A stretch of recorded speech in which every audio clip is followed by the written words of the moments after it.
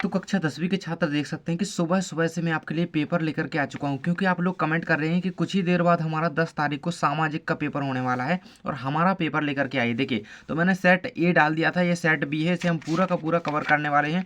और ये देखिए, ये एक मॉडल पेपर है जिसे मैं आपको पूरा सॉल्व करवाऊँगा। यहाँ पे आप क्वेश्चन देख सकते हैं, देखिए, है ना? तो इसको हम पूरा सॉल्व करेंगे, पूरे क्वेश्चन के आंसर के साथ मैं आपको बताने वाला हूँ और ऐसी गारंटी देता हूँ कि आपके लिए बहुत ज़्यादा हेल्पफुल ये साबित होने वाला है ना? तो चलिए हम शुरू करते हैं और पूरे क्वेश्चन के साथ मैं आपको बताऊंगा, तो बिल्कुल एक एक करके देखते चलना। देखिए, यही पैटर्न आपका रहने वाला है, क्योंकि ये ओपन बोर्ड द्वारा आपके पेपर बनाए जा रहे हैं ना। देखिए, यहाँ पे आपका आंसर सबसे पहले निर्देश आ जाते हैं। सभी प्रश्न हल करना अनिवार्य है। मैं एक एक क्वेश्चन का आंसर आपको कंप्लीट करवा दूंगा, तो पूरी तैयारी हो जाएगी। देखिए, मैंने इंपॉर्टेंट क्वेश्चन आपके लिए डाल दिए थे, वीडियो देखना हो तो जाकर के देख लेना। ये रहेगा, प्रत्येक प्रश्न के लिए आवंटित अंक उसके सम्मुख लिखे गए हैं ना, तो ये भी हम देखेंगे, है ना। ये सारा कुछ पेपर में है, ये सारे निर्देश रहेंगे। यह प्रश्न पत्र अभ्यास हेतु एक प्रश्न पत्र है। तो चलिए हम देख लेते हैं सभी क्वेश्चन के आंसर, है ना। इसमें से होगा क्या कि आपको एक आइडिया लग जाएगा, भाई क्वेश्चन इस तरीके के आ रहे हैं और ये क्वेश्चन आ रहे हैं ना, तो एग्जाम में इसी में से क्वेश्चन आने वाले हैं। ये गारंटी आप मुझसे ले लो कि जरूर क्वेश्चन आने वाले हैं, है ना। आंसर के साथ याद करते चलेंगे। सबसे पहले थोड़ा जूम कर लेते हैं।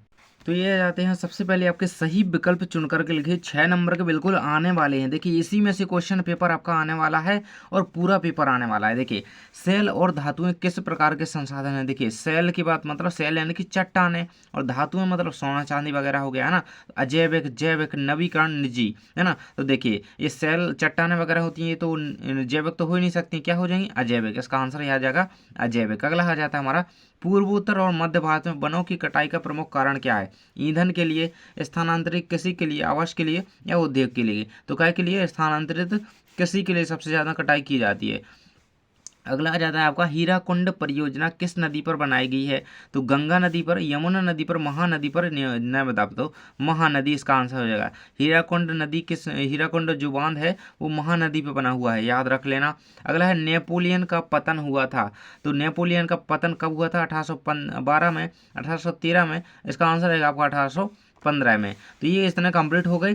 सब्सक्राइब कर लेना ताकि आपका अगला पेपर इंग्लिश की तैयारी में करवा सकूं, है ना, क्योंकि इसी तरीके से मैं तैयारी हर एक सब्जेक्ट की आपकी करवाने वाला हूं। देखिए, 5 नंबर का प्रश्न है आपका, सत्ता की साझेदारी सही है क्योंकि यह विविधता को अपने में समेट लेती है, देश की एकता को कमजोर करती है या फैसले लेने में देर करती है। इसका आंसर आपका हो जाएगा, यह विविधता को अपने में समेट लेती है। अगला आ जाता है हमारा, जीडीपी का पूरा नाम। देखिए, मैंने इंपोर्टेंट क्वेश्चन करवाए थे, उसमें ये बताया था ना, जीडीपी का पूरा नाम क्या है, सकल घरेलू उत्पाद। इसको याद कर लेना अच्छी तरीके से और ये आपका पूरा का पूरा कंप्लीट रहेगा। इसके बाद हमारे देखिए सही विकल्प हो गए हमारे 6 नंबर के कंप्लीट। अब देख लेते हैं हम आपके रिक्त स्थान, जो कि आपके देखिए ये जो कि आपके नीचे प्रश्न दिए गए हैं, यहाँ पर देख सकते हैं, ये रहेगा। यहाँ पर रिक्त स्थानों की पूर्ति कीजिए। 6 नंबर के रिक्त स्थान आपके पूछे गए हैं। सबसे पहले, वन्य जीवों के आवास हेतु संरक्षण के लिए जो प्रथम कानून है, खालिस्तान में आया था। कब आया था, 1972 में आया था। कब आया था, 1972 में आया था। भारत छोड़ो आंदोलन खालिस्तान में शुरू हुआ, तो कब शुरू हुआ था भारत छोड़ो आंदोलन, सन 1942 में। कब हुआ था, 1942। इस तरीके से इसका उत्तर आपको लिख देना है, ये 1972 में आया, 1942 में आया, तो ये याद रखिएगा ना। वन संरक्षण अधिनियम कब आया था, 1972 में। अगला क्वेश्चन आ जाता है, लोकतंत्र का मूल तंत्र क्या है, मूल मंत्र क्या है लोकतंत्र का। तो चुनाव। क्या हो जाता है इसका आंसर, चुनाव। इस तरीके से आपका आंसर इसका लिख लीजिएगा।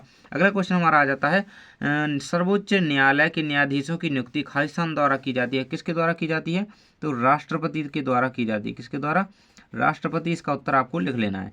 अगला है हमारा, HDI का पूरा नाम, खालिस्तान है, तो HDI का पूरा नाम क्या होता है, ह्यूमन डेवलपमेंट इंडेक्स, है ना। इसको याद रखिएगा, most most most important question है ये आपका, है ना। मानव विकास सूचकांक आपको इसका हिंदी में लिख लेना है, मानव विकास सूचकांक। बिल्कुल से याद करते चलो और सब्सक्राइब जरूर से कर लेना, क्योंकि अगले पेपर हिंदी, अगला पेपर जो आपका इंग्लिश का होने वाला है ना, उसकी तैयारी मैं आपकी एकदम धमाकेदार करवाने वाला हूं, तो सब्सक्राइब कर लेना। कृषि क्षेत्र खालिस्तान क्षेत्र के अंतर्गत आता है, तो मैंने ये पूरा पढ़ाया हुआ है आपको।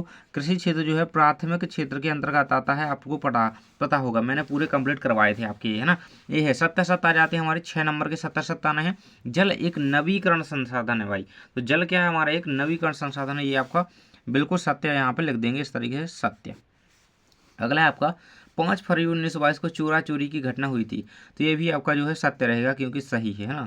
ये घटना याद रखना कब हुई थी, चोरी चोरा की घटना, ये हुई थी 5 फरवरी 1922 को। अगला है सूरत बंदरगाह है महाराष्ट्र में स्थित है। तो सूरत बंदरगाह कहाँ पे है, सूरत कहाँ पे है, गुजरात में। तो ये आपका क्या हो जाएगा, असत्य, ये महाराष्ट्र की बोल रहे हैं भैया, ये तो गलत रहेगा। अगला आ जाता है संविधान द्वारा 22 भाषाओं को 7वीं अनुसूची में रखा गया है। तो ये आपका बिल्कुल सत्य रहेगा, है ना। 7वीं नहीं, अरे भाई 8वीं में रखा गया है, ये तो आपका असत्य हो जाएगा, है ना। तो इसको असत्य लगा दीजिएगा। अगला है आपका देश की प्रति व्यक्ति आय की गणना जनसंख्या के आधार पर की जाती है। तो ये आपका बिल्कुल सत्य जो है यहाँ पे हो जाएगा, इस तरीके से सत्य लगा लीजिएगा। अगला आ जाता है भारत में पहली कपड़ा मिल 1854 में बम्बई में यानी कि मुंबई में लगाएगी। तो ये आपका सत्य रहेगा। तो इस तरीके से आपके क्वेश्चन हो जाते हैं सत्य असत्य तक कंप्लीट। अभी तक वीडियो को लाइक नहीं किया तो यार लाइक कर दिया करो, बहुत ज़्यादा मेहनत से आपके लिए पेपर लेके आते हैं। देखिए अगला क्वेश्चन हमारा सही जोड़ी बनाइए में आ जाता है 6 नंबर का। रूलेट एक्ट कब आया था, सन 1919 में। यहाँ से पहले की जोड़ी आपकी लास्ट से मिल जाएगी, 1919 में रूलेट एक्ट आया। और सरदार सरोवर बांध, तो सरदार सरोवर बांध जो है गुजरात राज्य में स्थित है। मत्स्य पालन ये प्राथमिक क्षेत्र के अंतर्गत आता है। उद्योग या कारखाना, तो ये द्वितीय क्षेत्र के अंतर्गत आता है ना। भारतीय संविधान, तो भारतीय संविधान में धर्मनिरपेक्षता का वर्णन है। और reserve bank of India currency note जो है जारी करता है। तो इस तरीके से हमारी सही जोड़ियाँ होती हैं कंप्लीट। इसका स्क्रीनशॉट ले लीजिएगा। मतलब देखिए दूसरे की जोड़ी ये यहाँ पे मिल गई, है ना। तीसरे की कहाँ ऊपर चले गए, चौथे की ये यहाँ पे आ गई, पाँचवें की कहाँ पे गई, करेंसी नोट पे, है ना। पाँचवें की ये गई धर्मनिरपेक्षता पे, और छठवें की यहाँ पे रहेगी। इस तरीके से हमारी पूरी कंप्लीट हो जाती हैं। सब्सक्राइब कर लो भैया जल्दी से, आगे की हम आंसर देख लेते हैं। ये रहेगा आपका एक शब्द या वाक्य में जो है उत्तर आपको लिखना है। एक शब्द या वाक्य में उत्तर लिखिए, है ना। तो देख सकते हैं प्रथम अंतर्राष्ट्रीय सम्मेलन पृथ्वी सम्मेलन की बात कर रहा है, किस सन में हुआ था, है ना। तो सन 1992 में हुआ था। कब हुआ था, 1992। इसका आंसर आपको लिख देना है। अगला है वस्तु विनिमय का अर्थ लिखिए। तो वस्तु विनिमय का अर्थ क्या होता है, मतलब बिना मुद्रा के वस्तुओं का आदान प्रदान, है ना। बिना मुद्रा के क्या लिखेंगे, बिना मुद्रा के वस्तुओं का आदान प्रदान, ये हो जाएगा आपका इसका उत्तर। कंप्लीट कर लीजिएगा। अगर वीडियो को लाइक नहीं किया तो लाइक कर दीजिए। तीसरे नंबर का प्रश्न है एक भारतीय बहुराष्ट्रीय कंपनी, तो आप इसका नाम लिख सकते हैं Tata group, Tata Motors, TA, है ना, TA टाटा मोटर्स, ये आप लिख दीजिएगा। ये आपका उत्तर हो जाएगा। तो यहाँ तक हम 3 आपके एक शब्द या वाक्य में उत्तर कंप्लीट कर चुके हैं। जल्दी से कर दो चैनल को सब्सक्राइब। आगे के प्रश्न देख लेते हैं, ये रहेंगे आपके आगे के प्रश्न। मणिपुर में स्थानांतरित कृषि को क्या कहा जाता है, तो भाई वहाँ पे मणिपुर में ना पामलू कहा जाता है ना। और स्थानांतरित कृषि को यहाँ पे पामलू कहा जाता है। अपने यहाँ पे क्या कहा जाता है, बेवर, है ना, MP में। वियना संधि कब और किन देशों के बीच हुई थी, तो वियना संधि जो है 1815 ईस्वी में यूरोपीय संघ के देशों के बीच हुई थी। क्या लिख देना है, यूरोपीय संघ के देशों के बीच, इस तरीके से लिख दीजिएगा, यूरोपीय संघ के देशों के बीच आप लिख लीजिए आगे। धर्म और राजनीति को अलग नहीं किया जा सकता, है ना। धर्म और राजनीति को अलग नहीं किया जा सकता। उक्त कथन किसका है, तो ये महात्मा गांधी का कथन है। किसका, महात्मा गांधी, ये रहेगा आपका आंसर। तो इस तरीके से हमारे सभी जो है वस्तुनिष्ठ प्रकार के प्रश्न हो जाते हैं कंप्लीट। और चैनल को सब्सक्राइब कर लो जल्दी से, ताकि आपको इंग्लिश की तैयारी मैं करवा सकूं। 6 नंबर का प्रश्न है आपका, आरक्षित वनों से क्या तात्पर्य है। अथवा में कहता है कि जैव विविधता को प्रभावित करने वाले कोई दो जो है कारक लिखिए, है ना। आरक्षित वन को देखेंगे और जैव विविधता के कारक। चलिए मैं आपको आंसर एक एक करके बता देता हूँ। तो चलिए आपके सामने ये आंसर आपका रहेगा। देखिए आरक्षित वनों से क्या तात्पर्य है, आपको ये उत्तर में लिख लेना है। यही आपको यहाँ पे देखिए, इसको अच्छी तरीके से आप यहाँ पर आंसर में लिख लीजिएगा। ये आपके सामने दिया गया, आरक्षित वन वे वन है जिनमें वन्य जीवों और पर्यावरण संरक्षण के लिए सुरक्षित किया गया है ना। इसे कंप्लीट कर लीजिएगा।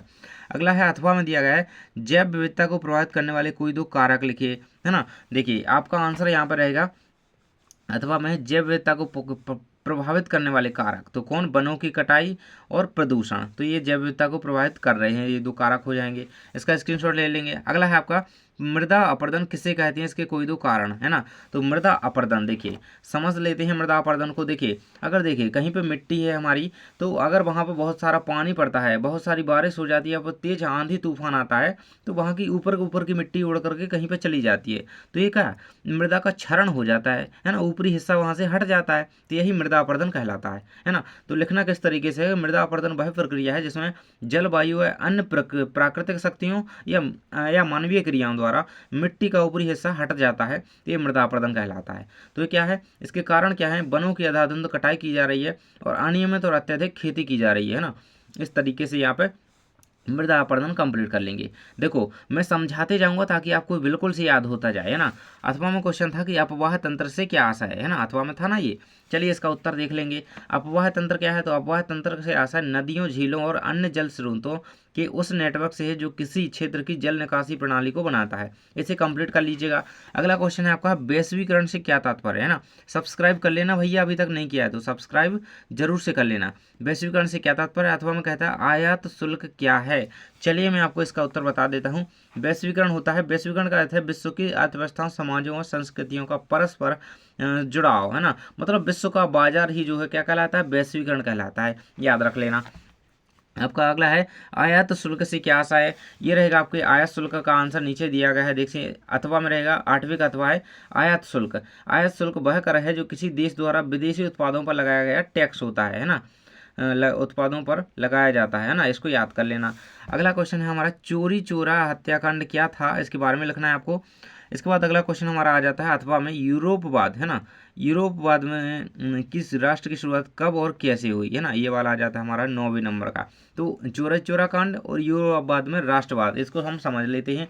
देखिए ये रहेगा आपके सामने चोरी चोरा कांड की घटना। और देखिए चोरी चोरा कांड में क्या हुआ कि 5 फरवरी 1922 को उत्तर प्रदेश के चोरी चोरा कस्बे में स्वतंत्रता संग्राम के दौरान एक हिंसक घटना घटी, जिसमें आंदोलनकारियों ने एक थाने में जो है आग लगा दी, जिसमें 22 पुलिसकर्मी जो है जल करके राख हो गए थे, मारे गए, है ना। इस घटना से प्रभावित हो गए थे महात्मा गांधी, इसलिए उन्होंने आंदोलन, कौन सा असहयोग आंदोलन स्थगित कर दिया गया था, है ना। देखिए किस घटना के कारण आंदोलन, असहयोग आंदोलन को रोक दिया गया था, है ना, स्थगित कर दिया गया था, तो चोरी चोरा कांड के कारण, बिल्कुल से याद रखना है इसे। अगला आ जाता है आपका यूरोप में राष्ट्रवाद की शुरुआत कब और कैसे हुई। तो यूरोप में राष्ट्रवाद की शुरुआत 19वीं सदी में फ्रांसीसी क्रांति के कारण हुई या साथ हुई, कह सकते हैं, इसे कर लीजिएगा। अगला हमारा क्वेश्चन आ जाता है, संसाधन किसे कहते हैं ना। संसाधन के प्रमुख प्रकार लिखिए। 2 नंबर में पूछा गया आपका, अथवा में स्थानांतरित कृषि से क्या तात्पर्य है, लिखिए। तो इसका भी उत्तर मैं आपको बताऊंगा साथ में। देखिए संसाधन किसे कहते हैं, देखिए कोई भी ऐसी वस्तु मानव निर्मित हो सकती है, प्राकृतिक हो सकती है, जैसे पानी हो सकता है, ये यहाँ पे ये पेंसिल हो सकती है ना, और ये यहाँ पे ये टैब हो सकता है ना, ये स्क्रीन हो सकती है, ये क्या है, ये एक संसाधन है हमारे लिए। आप जिस मोबाइल में ये वीडियो देख रहे हैं वो मोबाइल आपके लिए एक संसाधन है, मतलब जो वस्तु हमारे लिए हमारी आवश्यकता की पूर्ति करती है वो हमारे लिए क्या है, एक संसाधन है। प्राकृतिक संसाधन क्या हो जाएंगे, पानी, खनिज हो जाएगा। और मानव निर्मित संसाधन जैसे इमारतें हो जाएंगी, मशीनें हो जाएंगी, मशीनें मतलब मोबाइल हो गए, है ना, ये कुछ भी मशीन लिख सकते हो आप, है ना। अथवा में क्वेश्चन अथवा वाला भी देख लेते हैं, स्थानांतरित कृषि क्या है भाई। तो स्थानांतरित कृषि का आंसर आपके सामने रहेगा। स्थानांतरित कृषि में किसान एक स्थान पर खेती करके भूमि को कुछ समय के लिए छोड़ देते हैं और नए स्थान पर शुरू कर देते हैं। यह प्रथा वनों की कटाई और पर्यावरण असंतुलन का जो है कारण बनती है ना। तो देखिए इसमें होता क्या है, एक जगह किसान खेती करता है, फिर वह उस जगह को चेंज कर देता है, मतलब उस जगह को छोड़ करके दूसरी जगह खेती करने लगता है। यही क्या है, स्थानांतरण, मतलब एक तरीके से वो ट्रांसफर कर करके खेती करता है, तो इसे स्थानांतरित कृषि कहा जाता है। आपका अगला प्रश्न आ जाता है, भारत में लोग रूलेट एक्ट के खिलाफ में क्यों थे, और रूलेट एक्ट कब आया था, याद रखना 1919 में आया था रूलेट एक्ट, इसको याद कर लो अच्छी तरीके से। इलेक्ट एक्ट के खिलाफ क्यों थे, अथवा में कहता है कि जलियांवाला बाग हत्याकांड पर टिप्पणी लिखी। बहुत इंपॉर्टेंट क्वेश्चन है, देख लेते हैं हम इसका आंसर। भारत में देखो लोग जो थे रूलेट एक्ट के खिलाफ थे, क्योंकि रूलेट एक्ट में एक ऐसा कानून था जिसमें एक मतलब एक तरीके का काला कानून था। इसमें कहा गया कि भारतीयों को बिना मुकदमे के कैद करने की अनुमति देता था ये, है ना।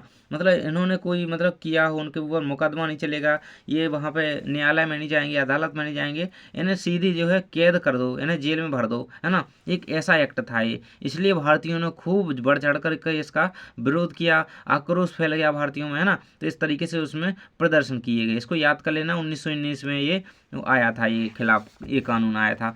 और जलियांवाला बाग हत्याकांड क्या है भैया, इससे क्वेश्चन आने वाला है ना। ये कब हुआ था, इसकी डेट आपको याद रखनी है। तो 13 अप्रैल सन 1919 को जलियांवाला बाग हत्याकांड की घटना हुई थी, जब देखिए जनरल डायर ने शांतिपूर्ण सभी पर गोली चलाने का आदेश दिया था। देखिए लोग हैं, एक जलियांवाला बाग है ना, मतलब हत्याकांड तो बाद में इसका नाम पड़ा जब यहाँ पे हत्याएं की गई। पहले इसका नाम क्या था, केवल जलियांवाला बाग, है ना। जलियांवाला बाग में क्या हुआ, लोग घूम रहे थे, कई सारे बच्चे थे, बूढ़े थे, महिलाएं थीं, सब लोग थे वहाँ पे। ये जनरल डायर, ये अंग्रेज अधिकारी, इसने क्या किया, अपने सैनिकों को आदेश दे दिए कि इन सब पे ऐसे ही गोली चला दी जाए, इनको ऐसे ही मार दिया जाए। मतलब सैकड़ों लोगों को गोली चला दी किसी दिन के ऊपर। तो ये क्या हत्याकांड हो गया एक तरीके से, तो इसे नाम दे दिया गया जलियांवाला बाग हत्याकांड। ये कब घटना हुई थी, 13 अप्रैल 1919 को, याद कर लो, अमृतसर के, है ना, पंजाब के अमृतसर में हुई थी, है ना। वहाँ पे ये जलियांवाला बाग है। अगला क्वेश्चन आ जाता है आपका, भारत में जल के असमान वितरण के जो है कारणों को लिखिए। कोई दो कारण आपको लिखने हैं। इसके अथवा में आपसे पूछा गया है भारतीय कृषि की कोई दो समस्याएं लिखिए, है ना। तो चलिए हम देख लेते हैं आपके भारत में असमान जल के जो है असमान वितरण के, है ना, जो कारण हैं वो आपके रहेंगे। ये रहेगा आपका 12 का उत्तर अथवा के साथ। इसका स्क्रीनशॉट कर लेना। भारत में जो जल का असमान वितरण है भौगोलिक असमानता के आधार पर, जल प्रबंधन की कमी के आधार पर, है ना। और अथवा का उत्तर आपका दिया गया भारतीय कृषि की कोई दो सीमाएं और समस्याएं, है ना। इस तरीके से इसका आंसर लिख सकते हैं। अगला क्वेश्चन हम अगले पेज पर देखेंगे। सब्सक्राइब नहीं किया तो भैया कर लेना, क्योंकि बहुत ज़्यादा मेहनत लगती है आप तक ये वीडियो पहुँचाने में, तो सब्सक्राइब जरूर से कर लेना। देखिए यहाँ पे आ जाता है हमारा वीटो या निषेधाधिकार क्या है, लिखिए। अथवा में कहता है कि महिलाओं का राजनीति में प्रतिनिधित्व से क्या तात्पर्य है, लिखिए, है ना। तो इसको कंप्लीट करके ही जाना है भैया, कंप्लीट करके जाओगे ना भाई एकदम मस्त मजा आ जाएगा। देखिए वीटो क्या है ना, इसका आंसर मैं बता देता हूँ आपको, ये रहेगा आपके सामने। वीटो वह अधिकार है जिसके तहत संयुक्त राष्ट्र सुरक्षा परिषद के स्थायी सदस्य किसी प्रस्ताव को अस्वीकृत कर सकते हैं, है ना, भले ही बहुमत उसके पक्ष में हो, है ना। तो ये एक प्रकार का क्या है, अधिकार है जिसे वो निषेध कर सकते हैं, है ना। उनके पास एक अधिकार होता है, ये उसे वीटो कहा जाता है ना। तो क्या है, निषेधाधिकार, उसे मतलब कोई भी अगर जो है प्रस्ताव पारित हो रहा है, कुछ भी चीज़ हो रही है, तो उसे क्या कर सकते हैं, वो निषेध कर सकते हैं, उसे जो है अस्वीकृत कर सकते हैं। अथवा में क्वेश्चन था, इसके अथवा को क्वेश्चन पढ़ लेते हैं पहले। महिलाओं का राजनीति में प्रतिनिधित्व से क्या तात्पर्य है, लिखिए। तो ये आंसर आपका हो जाएगा, महिलाओं का राजनीति में प्रतिनिधित्व से तात्पर्य आपका दिया गया है ना। महिलाओं का राजनीति में प्रतिनिधित्व का अर्थ है उनकी सक्रिय भागीदारी, है ना। तो ये आप कंप्लीट कर लीजिएगा। अगला क्वेश्चन हमारा आ जाता है बहुराष्ट्रीय कंपनी या बहुराष्ट्रीय नियम का अर्थ लिखिए, है ना। अथवा हम कहता है शिशु मृत्यु दर से आप क्या समझते हैं। चलिए इसका आंसर मैं आपको बता देता हूँ, है ना। बहुराष्ट्रीय कंपनी और बहुराष्ट्रीय नियम का अर्थ क्या है। बहुराष्ट्रीय कंपनी क्या होती है, ऐसी कंपनी जो एक से अधिक देशों में व्यापार कर रही हो, है ना, वो क्या है बहुराष्ट्रीय कंपनी, बहुत देशों में जो है ना, तो क्या है बहुराष्ट्रीय कंपनी। और बहुराष्ट्रीय नियम क्या है, अंतर्राष्ट्रीय व्यापार संबंध को संचालित करने वाले नियम जो कि विश्व में चल रहे हैं, मतलब पूरे विश्व में जो नियम चलते हैं वो अंतर्राष्ट्रीय व्यापार और संबंधों के बारे में जो नियम होते हैं वो क्या है अंतर्राष्ट्रीय नियम कह सकते हैं ना, बहुराष्ट्रीय नियम कह सकते हैं, मतलब बहुत से राष्ट्रों में चल रहे हैं। अगला क्वेश्चन आपका कहता है कि देखिए हम उसका तो ये तो देखा ही नहीं हमने, शिशु मृत्यु दर। तो देखिए शिशु मृत्यु दर हमारा आंसर रहेगा यहाँ पे। शिशु मृत्यु दर से क्या समझते हैं भाई, तो शिशु मृत्यु दर 1 वर्ष से कम आयु के प्रति 1000 जीवित जन्मे बच्चों में मृत बच्चों की संख्या है ना। यह स्वास्थ्य और पोषण का संकेत है, इसको याद कर लेना। अथवा हमारा अगला क्वेश्चन आ जाता है भाई 15 नंबर में, कहता है कि संगठित क्षेत्रों के कोई दो कार्य लिखिए। अथवा में है भारत में छिपी हुई बेरोजगारी सर्वाधिक किस क्षेत्र में पाई जाती है। तो कौन से क्षेत्र में पाई जाती है, कृषि क्षेत्र में पाई जाती है। लेकिन आंसर इतना सा नहीं लिखना है, थोड़ा सा और लिखेंगे। देखिए ये रहेगा हमारे सामने, कर्मचारियों को निश्चित वेतन और अन्य लाभ प्रदान करना, है ना, श्रम कानून का पालन करना, ये क्या है संगठित क्षेत्रों के दो कार्य हैं। और भारत में छिपी हुई बेरोजगारी किसी क्षेत्र में पाई जाती है, इसको कंप्लीट कर लेना। इसके बाद आ जाता है हमारा 16 नंबर का प्रश्न, कहता है कि राष्ट्रीय ग्रामीण रोजगार गारंटी 2005 अधिनियम के प्रावधान लिखिए। अथवा में कहता है कि भारतीय अर्थव्यवस्था को कितने क्षेत्रों में विभाजित किया गया है या बांटा गया है, इसको समझाइए या लिखिए। तो चलिए मैं इसका उत्तर आपको बता देता हूँ। आपके सामने ये रहेगा रोजगार गारंटी वाला क्वेश्चन। ये देखिए इसमें क्या बताया गया है, तो प्रत्येक ग्रामीण परिवार को 100 दिन की गारंटी का रोजगार, मतलब गारंटी दी जाए कि रोजगार मिलेगा आपको 100 दिन के लिए। न्यूनतम मजदूरी सुनिश्चित करी जाएगी, भत्ता मिलेगा उन्हें अगर छुट्टी रहेगी तो, है ना। अथवा में क्वेश्चन था भारतीय अर्थव्यवस्था को कितने क्षेत्रों में बांटा गया है। तो भारतीय अर्थव्यवस्था को यहाँ पे तीन क्षेत्रों में बांटा गया है, प्राथमिक क्षेत्र, द्वितीयक क्षेत्र और तृतीयक क्षेत्र। प्राथमिक क्षेत्र में क्या आता है, प्राकृतिक चीजें आती हैं। प्राथमिक क्षेत्र में क्या आता है, जैसे हो गई कृषि, हो गई मत्स्य पालन, हो गई। द्वितीय क्षेत्र में आपके उद्योग वगैरह आते हैं। तृतीय क्षेत्र में क्या आता है आपका, तृतीय क्षेत्र में सेवाएं आती हैं, जैसे सेवा क्षेत्र से कहते हैं तृतीय क्षेत्र को। इसमें क्या क्या आता है, बैंकिंग सेवाएं हो गई, शैक्षणिक सेवाएं हो गई, है ना, ये तृतीय क्षेत्र में आती हैं। चलिए अगले क्वेश्चन को देख लेते हैं। इसमें क्वेश्चन कह रहा है कि 17 नंबर का, ऋण के औपचारिक और अनौपचारिक स्रोतों के बीच कोई दो अंतर लिखिए। और इसके आपका अथवा में क्वेश्चन कह रहा है कि बैंक की आय के मुख्य दो स्रोत कौन कौन से हैं, लिखिए, है ना। बैंक की आय के स्रोत लिखने हैं और ऋण के औपचारिक और अनौपचारिक स्रोतों के बीच अंतर लिखना है। तो ये रहेगा आपके सामने आंसर, ऋण के औपचारिक और अनौपचारिक स्रोतों में अंतर और बैंक की आय के मुख्य दो स्रोत कौन कौन से, ये रहे आपके दो स्रोत। इसका स्क्रीनशॉट कर लो, इसे अच्छी तरीके से पढ़ लेना। चलिए अगला क्वेश्चन देखने से पहले मैं आपको एक बार बताना चाहता हूँ कि भाई सब्सक्राइब कर लो, क्योंकि बोर्ड एग्जाम के लिए मैंने पूरे वीडियोस डाल दिए हैं आपकी परीक्षा की तैयारी के लिए, और सारी वीडियोस मैं अपलोड करूँगा, तो सब्सक्राइब जरूर से कर लेना, है ना, ताकि आपकी तैयारी एकदम अच्छे लेवल की हो सके। देखिए अगला क्वेश्चन हमारा आ जाता है भारत में वन संरक्षण के, है ना। वन संरक्षण के कोई 3 उपाय लिखिए। यहाँ से हमारे 3-3 नंबर के प्रश्न आ जाते हैं। और अथवा में कहता है कि प्रशासनिक आधार पर वनों का वर्गीकरण कीजिए। तो देखिए वन संरक्षण के कोई 3 उपाय, देखिए ये रहेंगे आपके सामने। ये रहेगा वृक्षारोपण किया जाना चाहिए, वन अभ्यारण्यों को, वन्य जीवों को, राष्ट्रीय उद्यानों की स्थापना करी जानी चाहिए, उनको सुरक्षा दी जानी चाहिए, है ना, ये रहेगा। और अगला लिख सकते हैं वन कानूनों का सख्ती से पालन किया जाना चाहिए, मतलब अवैध वनों की कटाई नहीं की जाए, शिकार पर प्रतिबंध लगना चाहिए, है ना, ये सख्त कानून इन पर बनने चाहिए। अथवा में क्वेश्चन था प्रशासनिक आधार पर वनों का वर्गीकरण कीजिए, किस तरीके से। तो प्रशासनिक आधार पर वन 3 प्रकार के होते हैं, आरक्षित वन, संरक्षित वन, अवर्गीकृत वन। इस तरीके से इसको देख सकते हैं, ये पूरा आंसर इसका दिया गया है। अगला क्वेश्चन हमारा आता है G77 देशों से आप क्या समझते हैं, समझाइए या व्याख्या कीजिए। अथवा में कहता है कि भारतीय अर्थव्यवस्था पर 1929 की महामंदी का क्या प्रभाव पड़ा, है ना। यहाँ पे भारतीय की बात कर रहा है, साथ ही अमेरिका की अर्थव्यवस्था पर भी इसका प्रभाव पड़ा था 1929 की महामंदी का, तो उसको भी याद कर लीजिएगा, है ना। देखिए ये रहेगा यहाँ पर G77 देशों से आप क्या समझते हैं, व्याख्या करें। तो G77 देशों का समूह 1964 में विकासशील देशों की आर्थिक और सामूहिक, है ना, सामूहिक हितों की रक्षा के लिए बनाया गया था। तो इसको कंप्लीट कर लीजिएगा।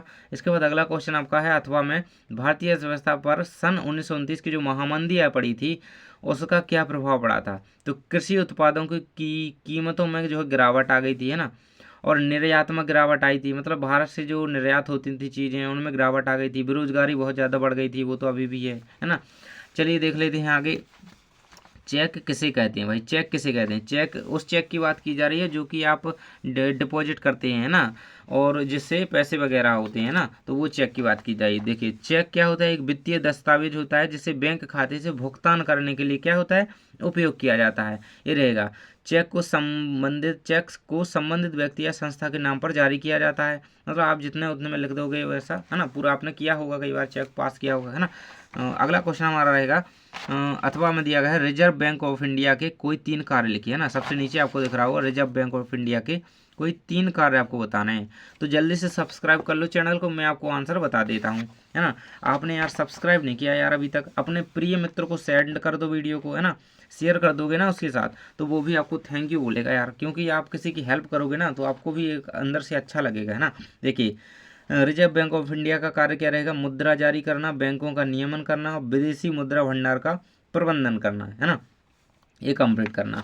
नेक्स्ट क्वेश्चन हमारा अगले पेज पर दिया गया है, जिसको हम देखेंगे, यहाँ पे देख सकते हैं आपके सामने रहेगा, भारतीय संविधान की 8वीं अनुसूची में उल्लेखित विषय को लिखिए। तो 8वीं अनुसूची में क्या है, भाषाओं को बताया गया है, भाषाएं सम्मिलित की गई हैं, कितनी भाषाएं, 22 भाषाएं, याद रखना ये चीज़, है ना। देखिए 8वीं अनुसूची में निम्न को जो है समझाया गया है, किस किस को, 22 भाषाएं उल्लेखित हैं जिन्हें भारतीय राज्य और सरकार द्वारा आधिकारिक रूप से मान्यता प्राप्त है। ये भाषाएं कौन सी हैं, हिंदी, बंगाली, गुजराती, आगे देखते चलेंगे, कन्नड़, कश्मीरी, कोंकणी, मैथिली, मलयालम, मणिपुरी, मराठी, है ना, नेपाली, ओडिया, पंजाबी, संस्कृत, सिंधी, ये क्या है, भारतीय भाषाएं हैं जो कि 8वीं अनुसूची में लिखी गई हैं, इन्हें सबको मान्यता प्राप्त है ना, ये भारतीय भाषाएं, इनको कंप्लीट कर लेना। है ना। ये रहेंगी 22 पूरी भाषाएं, संताली, बोडो, असमिया, मैथिली, है ना। अथवा में क्वेश्चन था आपका संघ सूची, राज्य सूची व समवर्ती सूची को समझाइए, इनमें अंतर भी आ सकता है ना। तो इसे कंप्लीट कर लेना, क्योंकि सेट अलग अलग आने हैं। देखिए भारतीय संविधान में 3 प्रकार की सूचियां हैं जो संघ और राज्यों के बीच शक्तियों का बंटवारा करती हैं। देखिए संघ सूची के बारे में बता के ऐसे कंप्लीट कर लेना, और वीडियो को यार शेयर कर दो अभी तक नहीं किया है ना। तो और राज्य सूची, इसका आगे क्वेश्चन का आंसर रह गया। राज्य सूची के बारे में बताया, समवर्ती सूची। राज्य सूची में क्या होता है, जैसे पुलिस, शिक्षा की सेवा, वो राज्य सूची, है ना। और शिक्षा को किसके अकॉर्डिंग रखा गया है, वो समवर्ती सूची। इस तरीके से इसे कंप्लीट कर लीजिएगा। आगे क्वेश्चन आ जाता है, असहयोग आंदोलन का उद्देश्य एवं महत्व समझाइए, है ना। असहयोग आंदोलन का महत्व समझाना है और उद्देश्य समझाना है। अथवा में भारत छोड़ो आंदोलन की व्याख्या कीजिए भैया, ये रहेगा आपके आंसर। देखिए इसका स्क्रीनशॉट कर लीजिएगा। असहयोग आंदोलन जो है 1920-21 मतलब 21 के लगभग ये हुआ था, असहयोग आंदोलन शुरुआत हुआ था, है ना। और उद्देश्य भारतीय ब्रिटिश शासन के खिलाफ, है ना, जो ब्रिटिश शासन था उसके खिलाफ उस समय, उसके खिलाफ विरोध प्रदर्शन करना था एक तरीके से, है ना। अहिंसक तरीके से लागू करने के लिए निर्णय लिया गया था, है ना। इसके बाद अथवा में क्वेश्चन था आपका, इसका महत्व रहेगा यहाँ पर असहयोग आंदोलन का, इसको लिख लीजिएगा। और भारत छोड़ो आंदोलन के बारे में आपको इसकी व्याख्या करनी थी, तो इसके बारे में लिख देंगे। 1942 में भारत छोड़ो आंदोलन हुआ था, महात्मा गांधी द्वारा यहाँ पे स्वतंत्रता संग्राम को तेज करने के लिए चलाया गया था। इसका महत्व था, इस आंदोलन ने भारतीय जनता को अधिक सशक्त बनाया, है ना, और एक निर्णायक मोड़ इसने दिया, है ना। इसके बाद अगला क्वेश्चन आपका आ जाता है, दिए गए भारत के सीमाकार मानचित्र पर निम्नलिखित को दर्शाइए, है ना। तो देखिए तारापुर परमाणु संयंत्र, चेन्नई बंदरगाह, सूरत बंदरगाह। सूरत बंदरगाह कहाँ है, गुजरात में, याद रखना। चेन्नई बंदरगाह कहाँ पे, चेन्नई में। काली मिट्टी, कोरबा, काली मिट्टी कहाँ पाई जाती है, महाराष्ट्र में। बालाघाट कहाँ पे, मध्य प्रदेश में। कर्क रेखा कहाँ से गुजरी है, भोपाल से, है ना, हमारे मध्य प्रदेश से। भारत के कुल 8 राज्यों से कर्क रेखा निकली हुई है ना। बैरन ज्वालामुखी, कोरबा, है ना। इस तरीके से देखिए यहाँ पे आंसर तो नहीं है, लेकिन मैं आपको बता दूंगा कि तारापुर परमाणु संयंत्र कहाँ पे है, ये आपका महाराष्ट्र जिले के ठाणे जिले में है। तो आप इसे देख लीजिएगा मैप में। चेन्नई कहाँ पे है, बंदरगाह तमिलनाडु राज्य के चेन्नई शहर में है। सूरत का जो बंदरगाह है, यह बंदरगाह गुजरात राज्य के सूरत शहर में है। काली मिट्टी जो है महाराष्ट्र में पाई जाती है मुख्यतः, कोरबा या छत्तीसगढ़ राज्य में स्थित है ना। बैरन ज्वालामुखी कहाँ पे, अंडमान निकोबार में, है ना, सबसे नीचे अंडमान में। और कर्क रेखा, यह भूमध्य रेखाओं के समांतर एक रेखा है जो कि भारत के मध्य से गुजरती है। बालाघाट क्या है, मध्य प्रदेश का एक जिला है, मध्य प्रदेश राज्य में स्थित एक शहर है ना। इनको आप मानचित्र पर दर्शाइएगा, अच्छी तरीके से कंप्लीट कर लेना। ये रहेंगे आपके कंप्लीट पूरे आंसर, मैंने कंप्लीट आपको करवा दिए हैं। आई होप कि आपको अच्छी तरीके से तैयारी हो चुकी होगी। इंपॉर्टेंट क्वेश्चन अगर पढ़ना है तो जाकर के वीडियो देख लो, डले हुए हैं वीडियो, और शेयर कर देना अपने मित्र के साथ। थैंक्स फॉर वॉचिंग, मिलते हैं नेक्स्ट वीडियो में।